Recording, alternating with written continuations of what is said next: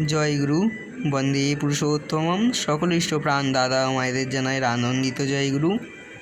আজকের ভিডিওটি আমি এখান দিয়ে স্টার্ট করছি এবং ভিডিওটি স্টার্ট করার পূর্বে আমি সকল নতুন দর্শকবৃন্দদেরকে আমি অনুরোধ করি, যারা আমার চ্যানেলে নতুন তারা যেন প্লিজ আমার চ্যানেলটিকে সাবস্ক্রাইব করে পাশে থাকা অল নোটিফিকেশানটিকে অন করে দেন এবং আমার ভিডিও যদি ভালো লাগে তাহলে লাইক কমেন্ট শেয়ার করে নিজেদের আত্মীয় স্বজন বন্ধু বান্ধবদের কাছে এই ভিডিওটি শেয়ার করে দেবেন, যাতে তারাও শ্রী শ্রী ঠাকুরের এই অমেয় গ্রন্থ পাঠ শুনতে পারেন। আর আমি নতুন একটি সিরিজ চালু করেছি। এই সিরিজে আমি শ্রী শ্রী ঠাকুর অনুকূলচন্দ্রের স্বহস্ত রচিত সত্যানুসরণ গ্রন্থটিকে বিভিন্ন পার্টে বিভিন্ন পর্বে আমি আপনাদের সামনে তুলে ধরতে চলেছি।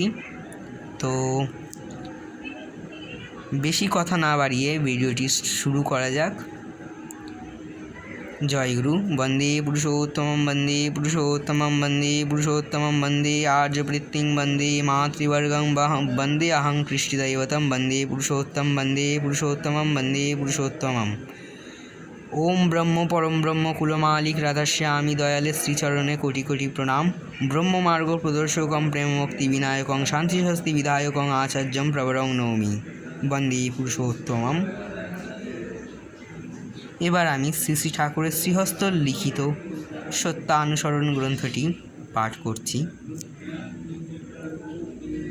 সর্বপ্রথম আমাদের দুর্বলতার বিরুদ্ধে যুদ্ধ করতে হবে, সাহসী হতে হবে, বীর হতে হবে। পাপের জ্বলন্ত মূর্তি ওই দুর্বলতা। তারাও যত শীঘ্র পারো ওই রক্ত শোষণকারী অবসাদ উৎপাদক ভ্যাম্পায়ারকে নির্বিবাদে, ভ্যাম্পায়ার এক জাতীয় বাদুড়, ইহারা নির্বিবাদে ঘুমন্ত জীবজন্তুর রক্ত শোষণ করিয়া থাকে। স্মরণ করো তুমি সাহসী, স্মরণ করো তুমি শক্তিত্ব নয়, স্মরণ করো তুমি পরমপিতার সন্তান।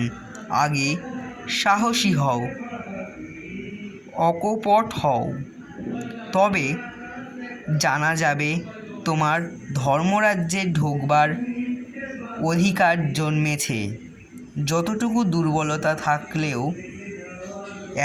দুর্বলতা থাকলেও তুমি ঠিক অকপট হতে পারবে না। আর যতদিন তোমার মন মুখ এক না হচ্ছে ততদিন তোমার মলিনতা গায়ে হাতে পড়বে না।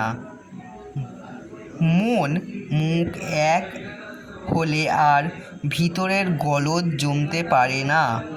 গুপ্ত আবর্জনা ভাষায় ভেসে উঠে পড়ে, পাপ গিয়ে তার ভিতর বাসা বাঁধতে পারে।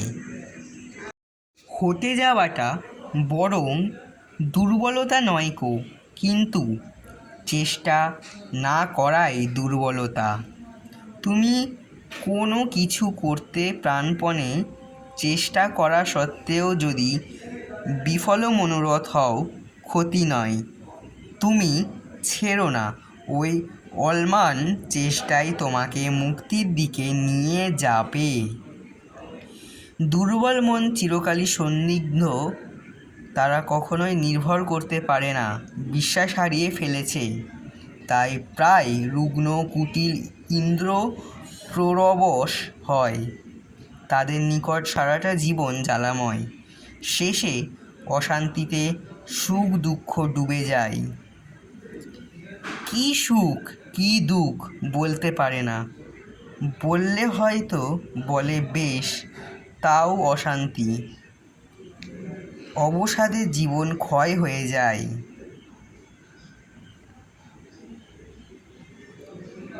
দুর্বল হৃদয়ে প্রেম ভক্তির স্থান নেই। পরের দুর্দশা দেখে, পরের ব্যথা দেখে, পরের মৃত্যু দেখে নিজের দুর্দশা ব্যথা বা মৃত্যুর আশঙ্কা করে ভেঙে পড়া, এলিয়ে পড়া বা কেঁদে আকুল হওয়া, এসব দুর্বলতা।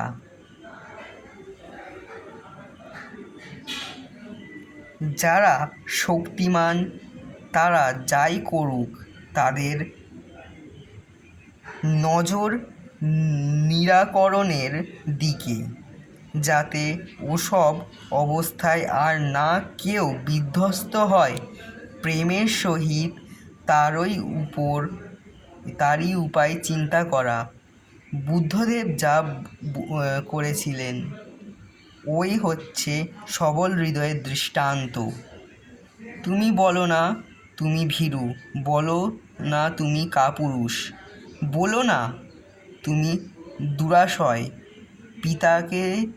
পিতার দিকে নজর করো, আবেগ ভরে বলো, ওগো আমি তোমার সন্তান, আমার আর জড়তা নেই, আর দুর্বলতা নেই, আমি আর কাপুরুষ নই, আমি আর তোমাকে ভুলে নরকের দিকে ছুটে যাব না, আর তোমার জ্যোতির দিকে পিছন ফিরে অন্ধকার অন্ধকার বলে চিৎকার করব না। জয় গুরু। বন্দে পুরুষোত্তমম, বন্দে পুরুষোত্তমম, বন্দে পুরুষোত্তমম। আজকের এই পর্যন্তই। পরবর্তী ভিডিওটি খুব শীঘ্রই আসবে। ততদিনের জন্য আপনারা অপেক্ষা করুন এবং আমার এই ভিডিওটিতে যদি ভালো লাগে তাহলে লাইক করবেন, কমেন্ট করবেন এবং আপনাদের আত্মীয় পরিজন বন্ধুবান্ধবদের কাছে শেয়ার করে দেবেন। ভালো লাগলে সাবস্ক্রাইব করে পাশে থাকা অল নোটিফিকেশানটিকে। তো আজকের ভিডিও এই পর্যন্তই। দেখা হচ্ছে পরবর্তী ভিডিওতে আমি শ্রী ঠাকুরের সত্যানুসরণের বাকি পর্বগুলো নিয়ে আসব। আপনারা আমার প্রতিটি ভিডিও যদি সাপোর্ট করেন তাহলে আমি খুব উপকৃত হই। তো আজকের ভিডিও এই পর্যন্তই। ধন্যবাদ। জয় গুরু।